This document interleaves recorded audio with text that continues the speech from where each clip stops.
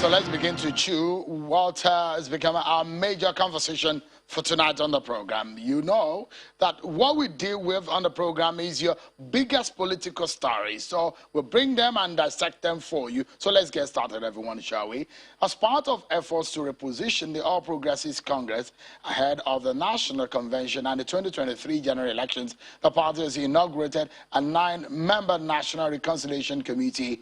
Speaking Abuja shortly after inaugurating the committee, the national chairman of the party, Mr. May Malabuni, stresses the need for the committee to reconcile, harmonize, integrate, and unite members of the party in order to cement all cracks and seeming differences.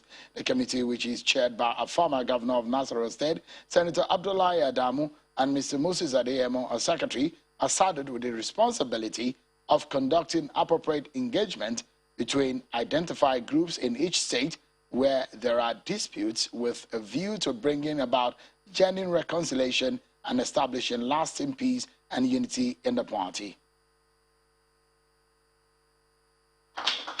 The leadership of the party in the last 16 months constituted various committees to serve the party, some of which are still ongoing. Members of these committees have served with a high sense of commitment and dedication, which contributed immensely to the milestone achievements recorded by the party. The much anticipated congresses have commenced and progressed with significant successes. The party ensured that the provisions of the Constitution are highly protected and respected. We have also constituted mechanisms such as the appeal committees to address complaints arising from the conduct of the Congress. The Caretaker Committee found it expedient to constitute the National Reconciliation Committee to reconcile emerging misunderstandings and differences which might arise from the outcome of the Congresses. Members of this committee were carefully selected based on their individual track records of excellence under the chairmanship of a veteran Democrat, a two-term state governor, a versatile legislator, and indeed a true statesman, distinguished Senator Abdullahi Adamu, the former governor of Nasarawa State. That's the national chairman of the APC Caretaker and Extraordinary Committee, Governor May Malabuni. Well, tonight our main conversation is that the Buhari presidency and the federal government is looking inward and reappraising its performance, and they have begun a presidential retreat with cabinet members and key government officials in Abuja. It is the 3rd edition of the Midterm Ministerial Performance Review, and the retreat since the president's second tenure in office.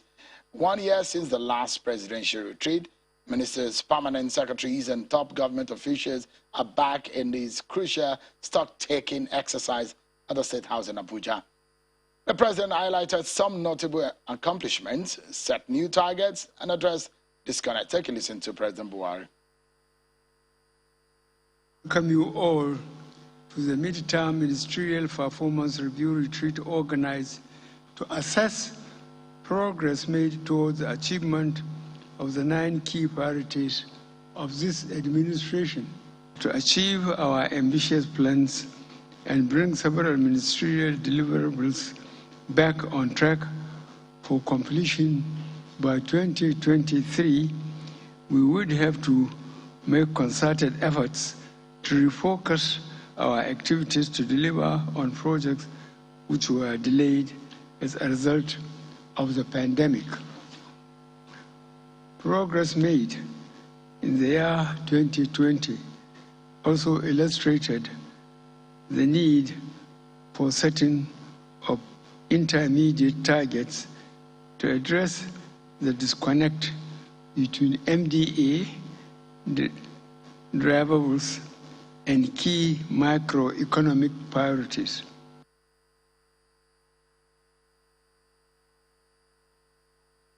President Buhari, when he gave the opening speech at that presidential retreat. Afterwards, the vice president spoke, and we had other speakers.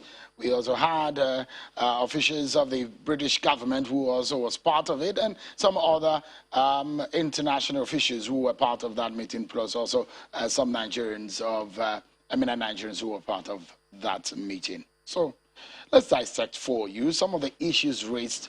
We'll take a look at the priority areas, and you can perhaps judge for yourself how this government has fared in terms of what they promised and what they have delivered. Take a look at some of the priority areas that the government said they want to execute. So there are 9 of them. They said they want to build a thriving and sustainable economy, enhance social inclusion and reduce poverty, enlarge agricultural output for food security and export. They also talked about the issue of infrastructure sufficiency in power, expand transport and other infrastructure development, expand business growth and entrepreneurship, and industrialization. These are the promises and the areas they wanted to focus on, and security caps it all. But how far has this government fared based on these priority areas? Can you tick them good, pass, or fail, or weak, or woeful? How would you judge them? Because at the end of the day, they are working for the Nigerian people. They are being asked to do the job. Have they fared well? Let's get talking, everyone. I'm being joined tonight by a political analyst and a columnist. Mr. Jide is here with me in our Abuja studio. And from Lagos virtually is a political strategist and a lawyer, Mr. Adigba. Thank you so much, gentlemen, for joining us tonight. Let me begin with you, Mr. Jide. Give us a sense of what you make. This thing happened in the first term of President Buhari, but we have now seen some kind of consistency. This is the third time it's going to be happening in the second term. First and foremost, how does that come to you for someone who analyze political events and policy issues and governance? Well, first, I think I need to commend the president for taking time off to have an introspection with his team. This is very needful.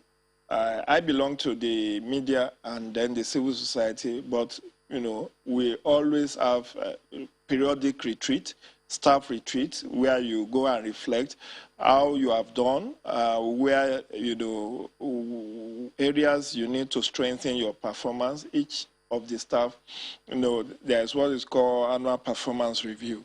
So it's something that I think the president possibly copied from the development sector, because that's the orientation that we have. But you know, governance is cross-cutting, and it is good and ideal that time is being taken off the schedule of the president to reflect with his team how they have gone, how far they have done, and what they consider as their challenges and achievements. Having done that at their own, it is also good to listen to the public as to which area Nigerians, how do Nigerians rate them.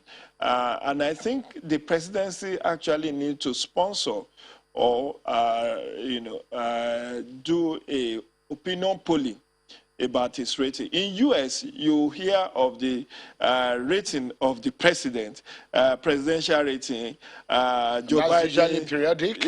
Exactly. You see that a lot of the time. A lot of which is done by the media. In fact, sectorally, they do that. Exactly. So I think that's the one culture we also need to imbibe. So while the president or the presidency is having an introspection, reflection, retreat to tighten knots and bolts of things, they also need to also see what the larger public is talking about.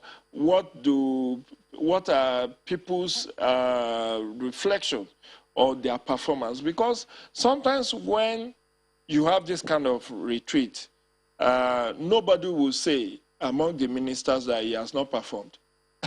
I'm here to see one that will come forward. I think one thing is that they have a marking scheme for themselves, because I understand that they've launched, which we'll be hearing how that will play out. Whether or not the public can also be the one, in the real sense of it, is the public that should judge, because they are the employer of government. You are. But they released a tool where they can, you know, appraise. But from what I learned, that tool was only launched in January this year. And I think they are just kind of making it public now. From what I read, it's something that was just very recent. It's done. Because it would be good for us to know kind of how the ministers are being rated. Exactly. And it should be made public. But let me get Mr. Adigba's view. Mr. Adigba, you strategize for government, you strategize for political parties and candidates. In your view, how do you rate these, what has now become like a consistent endeavor by the Buhari government to reappraise itself? Well, you understand that this is not the first time this government has done this.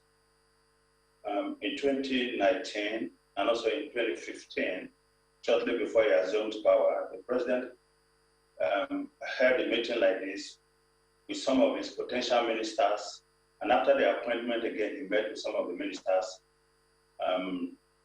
to keep them in the loop about the strategic objectives of his government. So I think it's in the right direction. Why this is actually getting attention is because there's an attempt to characterize it in a peculiar way that Nigerians will understand. That the purpose of this meeting today is to assess the works of the ministers and the heads of government establishment, and then to refocus them on what should be done going forward, because now there is something that is monitoring their activities. And that, of course, is strategic, because don't forget that this current government has got less than 2 years really to govern. In the next 2 months, as we're already beginning to see, it's going to be politicking. Aspirants for different offices, including those who are in offices right now, will take more time to campaign and play politics than to govern. And so you've seen the president sending a clear message that I want to finish strong, and I want to finish very, very strong. And I'm monitoring your activities to see who is working and who is not working.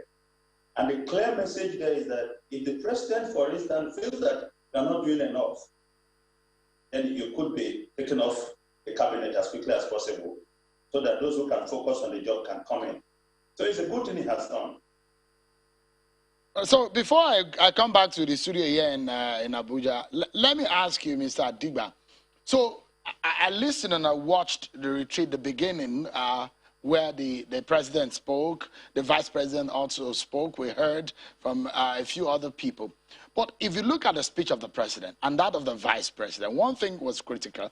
It was the fact that the president and the VP gave the reason for a slowdown, which is a pandemic. It was an obvious. And you had, up to 40% of a downward performance of some sectors of the economy, of the life of us as Nigerians. And they talked about how the oil price dipped and how it affected everything. But based on the promise, because that's what people will judge, the sufferings they're facing or the enjoyment they're experiencing will give them the sense of how they feel the government has done. But from your own point of view, based on the priority areas, security, the economy, petroleum, infrastructure, and all of that, in your view, as a citizen of Nigeria, how would you assess this government based on the priority areas they've said and what they've said they've done? Okay, so this is it, sorry. All over the world, economies are struggling. The best economies in the world are struggling from the devastating effects of COVID-19. I just came back from the United States after 7 weeks, and I can tell you something that I have never seen the shops that empty. For all the years I've been going to the United States, I can tell you how ordinary citizens are struggling, and government had to come to their aid by paying them unemployment bonus and all that. So this is not an isolated issue. However, there are challenges that are peculiar to us in the sense that the reoccurrence of these things do not happen all over the world. Now, we understand that this government has done well when you look at it. And you look at the level of infrastructure it has put in place, given the resources that is available to it compared to other administrations. So you cannot say they have not done well in the rail sector, in building of bridges, roads, and all that. Now, the government also, in terms of social facilities, trying to help the people, creating social safety nets here, the empower, the money, all kind of social, distributive justice, palliatives and code that they have put in place. Again, you must understand that they have also done well, considering the resources that is available. However, there is an area that is a consensus that the government has not done too well, and that is the area of security. Now, the issue is when this government came in, before this government came in, let's look at what we had. We had a situation where the capital city of the country was on sale. Bombs were going off there daily like popcorn. It was difficult for people to go to church service on Sundays. Mosques were also not spared. All over the country, we had bombs going off. And the president promised and said, look, he was coming to take the battle to Boko Haram. He did took the battle to Boko Haram, degraded them to some extent, but never without the capacity to carry out attacks on soft targets. Now, that was what was going on until the bandits resurfaced and started carrying out all kinds of attacks in different parts of the country. Now, that does not mean that the government is not doing enough or the government is not doing anything at all. As you understand, if the government gets it right 99 times and the criminals or the terrorists strike once, it erodes away completely all the efforts of government because people are very sensitive about such attacks. Yeah. So let me allow Mr. Ojo. Do you agree with Mr. Adigba on that appraisal? Yeah, I do. Definitely, even the president himself knows that security is about everything. It's a constitutional issue. Section 14, subsection 2B of the Constitution says security and welfare is a primary reason for governance or for government. So on security, I'm not sure many Nigerians will rate this presidency high. But I need to also say that aside from security, even in terms of the issue of economy, the ease of doing business, of course, there's a nexus between insecurity and ease of doing business because here you are. The central bank is supporting their through anchor borrowers program, trillions or billions of naira to farmers, to other sectors. But where you have insecure environment, you cannot even repay the loan. Many farmers have left farm. They are now commercial cyclists in major towns and cities. So ease of doing business cannot be said to have. They tried to do something about the port, but it's not working. And the president did admit that on October 1st in his very lengthy speech, but in terms of railway infrastructure, road, in a way, they've been able to deliver. Then when you look at issue of, in terms of constitutionalism, not many people will feel that the president has done so well in terms of constitutionalism.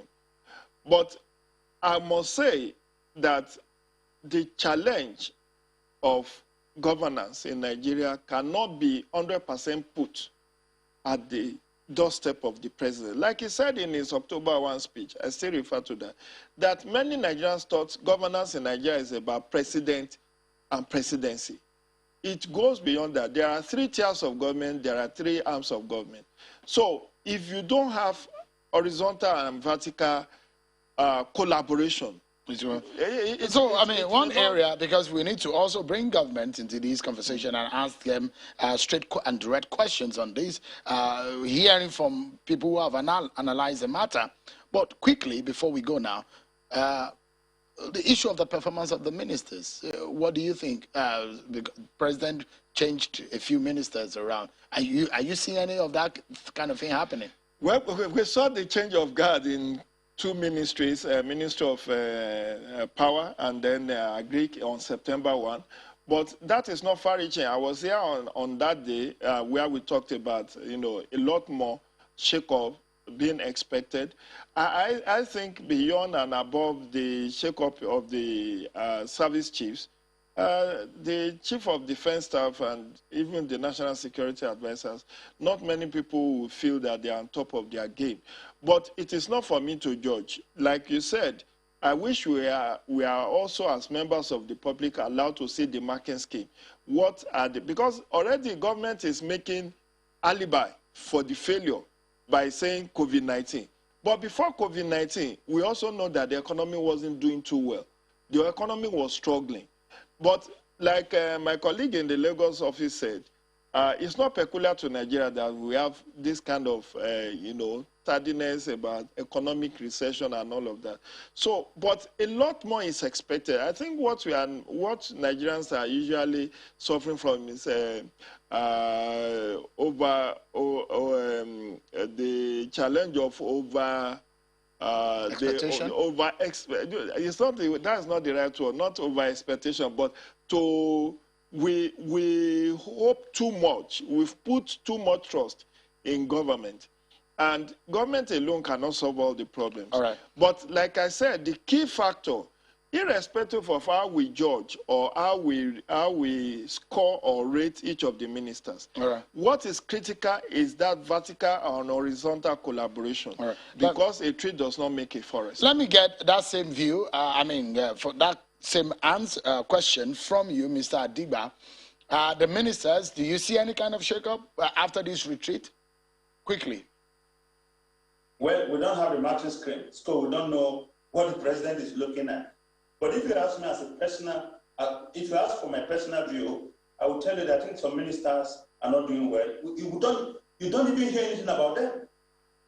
You know, they're just there making up the number. But that's up to Mr. President. But having said so, Chemu, I can tell you for free that without the effort of the federal government, the country will collapse. Over 2/3 of our states in this country are not functioning. My colleague there talked about 3 tiers of government. Unfortunately, we have 2 tiers of government, the federal and the state. Local governments don't exist because they're in the pockets of their governors. They don't get their allocations, their funds are not available, and they cannot perform their roles. So, all right. All right. Mr. Curtis Adigba, political strategist and a lawyer. Thank you so much for joining us tonight. Mr. Jide Ojo, a political analyst. Thank you so much. He's also a columnist in major newspapers in Nigeria. Thank you so much for coming on tonight. We take a break and we hear from government what their intentions are about this. We hear from the presidency what they intend to do, what will happen after this retreat. Stay with us, everyone. We'll be right back.